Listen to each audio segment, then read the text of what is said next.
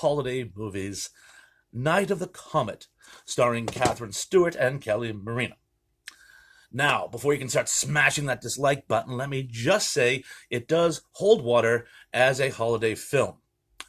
It also holds great water as a post-apocalyptic film, and I'm going to resolve the two over the course of this review. Now, first, a little exposition here.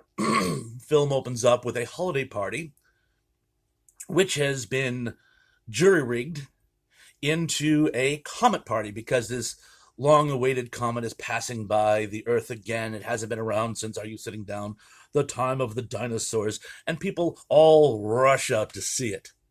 You see where this is going, don't you? It triggers an extinction event, made all the worse by the fact that everyone in the world has run out to see it. Can you say Day of the Triffids?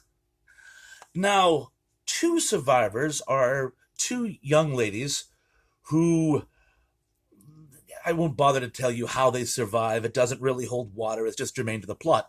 But two sisters who end up linking up together and trying to find some way to survive in this now empty urban landscape, empty of everything except people who are gradually turning into zombies, the handful that are surviving. Can you say Omega Man?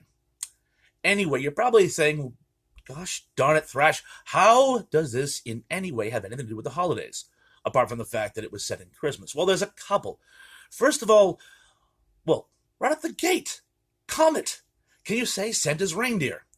Now, he doesn't work the other 7 or 8 into the plot, but again, waiting for Comet to fly by, I can't even think of a metaphor for that. Additionally, there is several scenes of obligatory gift giving. The first of which are the gifts of firearms. Yes, there's this whole scene where they present each other with firearms for the purposes of killing zombies. It really is a fun movie. Moving forward, they meet up with a young man played by Robert Beltran. Many of you might remember him from the Star Trek franchise. They come up with a plan of survival with him, and then almost instantly he decides he has to leave on a personal errand. Because, well, of course he does. That's the first thing people always do when they get together in these post-apocalyptic movies, is they have to find some way of then splitting up, just to complicate things. However, while he's gone, the two young ladies, out of boredom, I guess you'd say, or the need for some kind of commercial emotional support, go to a shopping mall. Thank you, Mr. Romero. And have a little shopping spree interrupted by, well, you can guess what.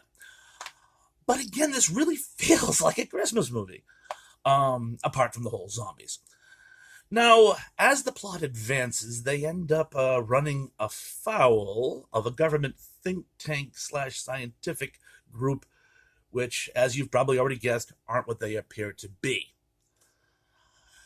Is there a happy ending? Well, I liked it. This movie has fallen to what I can only describe as 80s cult status, like so many other of the classic 80s sci-fi action, cult films of that time did. It really is, it's a fun flick. There was discussion for years of a sequel. I can think of about a half a dozen key points and loose ends that could have very easily been fleshed out to a full sequel. Sadly, never happened. There's been talk for at least the last couple of years about a reboot in all this, I guess you could say, age of the reboot. I can see how it could be done and see how it could be done very, very nicely. Regardless, I think it's a great film. Also, little tidbit for those of you sci-fi junkies out there who like my little tidbits. If any of you are familiar with the Sarah Michelle Gellar